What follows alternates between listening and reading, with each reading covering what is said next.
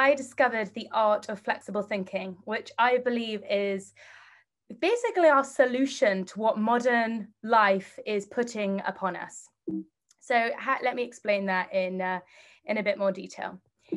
If you relate to what I've definitely experienced a lot of over the last kind of decade or so, is the feeling of being not enough, overwhelmed by your emotions, defeated by life, tired of the same things happening over and over again, being terrified of rejection, suffocated by the pressure to be perfect, have a never-ending inner critic you may relate to, reliant on the addiction of external recognition of an external validation, and obviously made worse by social media, and this continuous stream of worry for the future.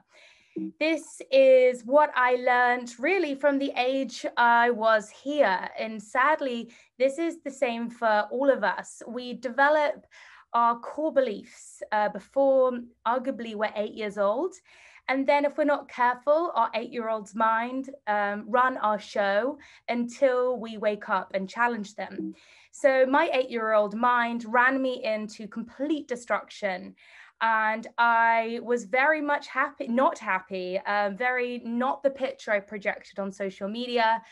And I launched a fashion company, Pop and Suki. I was in the process, due to my internal experiences, developing a mental health company. But life seemed so different to what I was seeing outside and what was going on inside.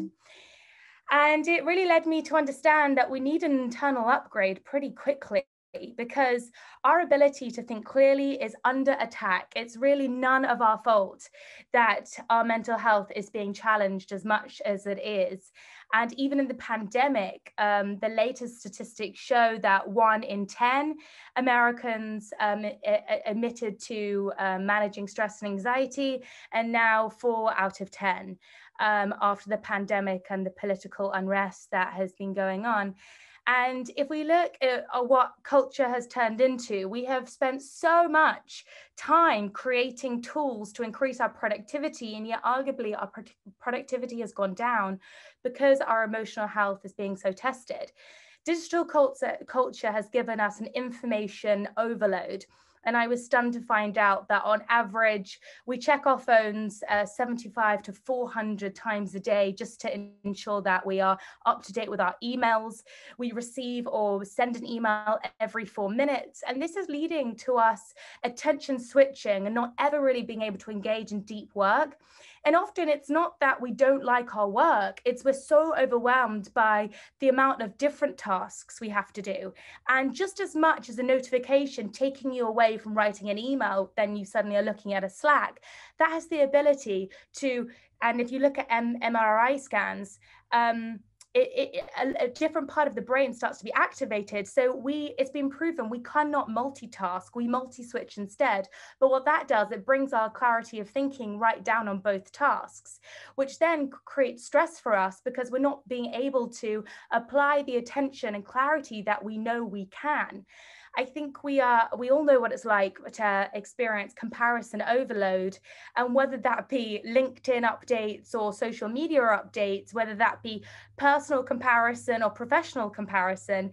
When the ancient Greeks said comparison was a thief of all joy, they got it right. And little did they realize that we were about to be sucked into a world that gave us comparison before we ate our breakfast. For me, if we're really, really serious about sorting out our mental health, we need to think differently. Right up until really recently, we have, as a culture, we're totally okay thinking about our physical health and what we need to do to support that. We're okay now about talking about nutrition, about how food affects our well-being, but we very rarely look at our thought health and the top-down influences affecting our general well-being.